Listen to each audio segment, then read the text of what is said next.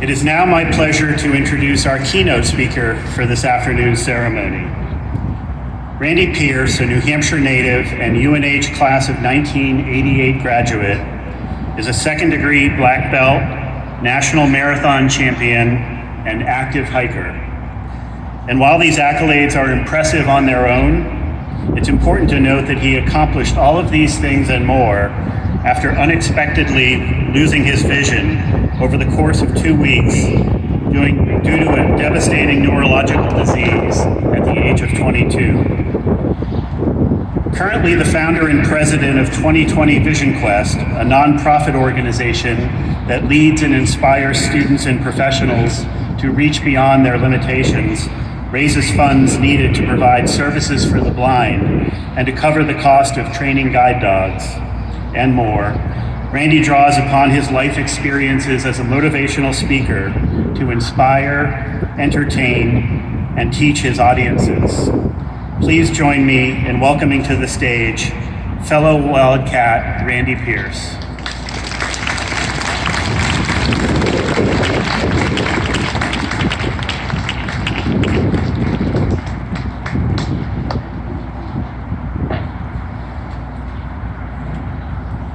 All right, buddy, you can take a nap. So my guide dog graduated yesterday in Oregon, so this is all new to him. So let's give him a little forbearance. Maybe. All right, welcome, distinguished guests, family, friends, faculty, staff, and of course, the graduated class of UNH Manchester for the year 2020. And graduated, I use past tense instead of the more commonly applied present tense of graduating. And I guess that means I'm late. I guess it means we're all late. But that's because, obviously, 2020 was a very difficult year. It was a year in which many might choose to allow it to be an excuse to accept less, rather than the reason to understand we can adapt our success, albeit differently than we might have originally intended or expected. Now, it's been quite a year, and here you are, and that's a testament to resiliency. And I'm asked to talk about resiliency. It's one of my foundations. And ironically, as a blind man, I'm also often asked to speak about vision and looking forward. Because after all, that's what the commencement address is charged to do, to look forward to the beginning and what comes next in your future. So in 1988, when I graduated from the University of New Hampshire, Marcy Carsey provided what many have suggested was one of the most powerful commencement addresses ever. And I was so distracted by many things, not the hot and humid weather that day, but many things in my own life, that I can't recall a single word of her wisdom. And remember, 1 year later, I was stricken blind. Coincidence? Well, might I suggest you listen attentively to what I have to share with you. And in that year ago, many of you faced a lot of challenges, and here you are. A testament to resiliency is a choice that you made and that the University of New Hampshire Manchester made, and I applaud that choice because it can always be an excuse instead of a reason why we do things differently. And COVID-19 was not the excuse that you didn't graduate and have your graduation. It's the reason why it was delayed. And I think that's an important and powerful point. Give me one moment while I get my boy to finally settle down. Swirl stick. Swirl down. The perils and challenges of having a guide dog 1 day old from your terms. So I want to take a moment and give you my journey so that we can apply it to how it applies to your beginning, what resonates, I think, in our approach. So 1 year after my graduation, as you heard, in the span of 2 weeks, I lost all of the sight in my right eye and half in my left eye, rendering me legally blind, which I didn't understand. And it was not, as I originally anticipated, a hopeless and helpless reality. Once I altered my mindset to learning the skills and approaches for living and thriving, I found that, of course, there was a possibility. As humans, we have the ability to adapt to all sorts of challenge. And thus, as each successive episode worked to rob me of a little more sight, leaving me eventually totally blind, or as I often jest, I must be illegally blind now, that wasn't the sudden hard challenge. That wasn't as hard as when I first went legally blind. And when my neurological disorder began to assault other parts of my body and put me in a wheelchair for 1 year, 8 months, and 21 days, that also was difficult, but I had developed the mindset, the skills, and the tools for how to manage it and build that positive momentum forward to do the living and thriving we always want to do. I learned how to put my focus not on the challenge, but on my response to that challenge so that I could do all those things I want to do. And there's a couple of fundamental keys that I want to share with you. One of my secrets is that I put a focus on GPA, not the grade point average that many of you have been diligently attending for 16 or more years, and not the get precise acceptance of your present situation, although I do think that in any challenge, it is fundamentally important that we do have an awareness and acceptance of the reality of our challenge, for its challenge and for its benefits that it may bring us. But that is only the first step. The GPA I speak of is the most important. It's the goals that we set to move forward.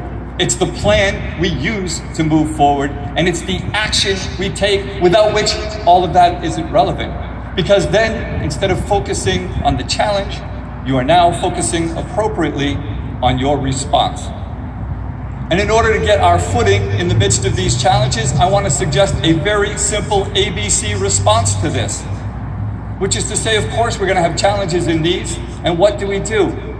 I suggest that the A is simply be aware that we are having an emotional surge. Emotions can do many positive things for us.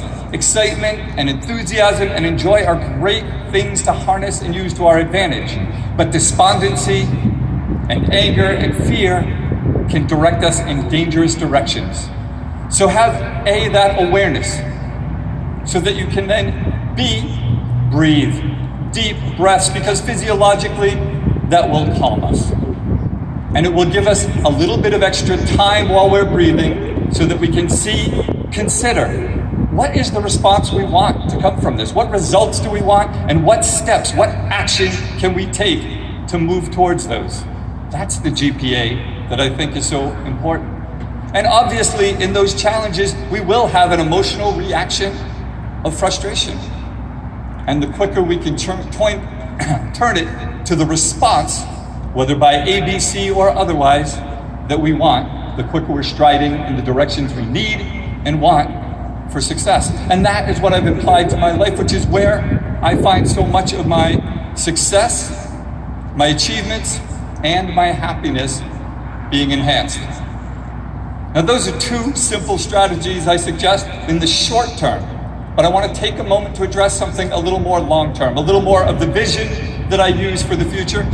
And that is, I find a great essence to the power of team. It's an acronym for Together Everyone Achieves More. I have a few other acronyms I might apply to it, but I think the first thing is to acknowledge that there's a collaboration we can get, whether it's the teamwork of my guide dog partners, whether it's my colleagues and my friends sharing with me their perceptions, their vision, their views of the world for problem solving and for more, so that we can realize the possibility that will enhance all our success.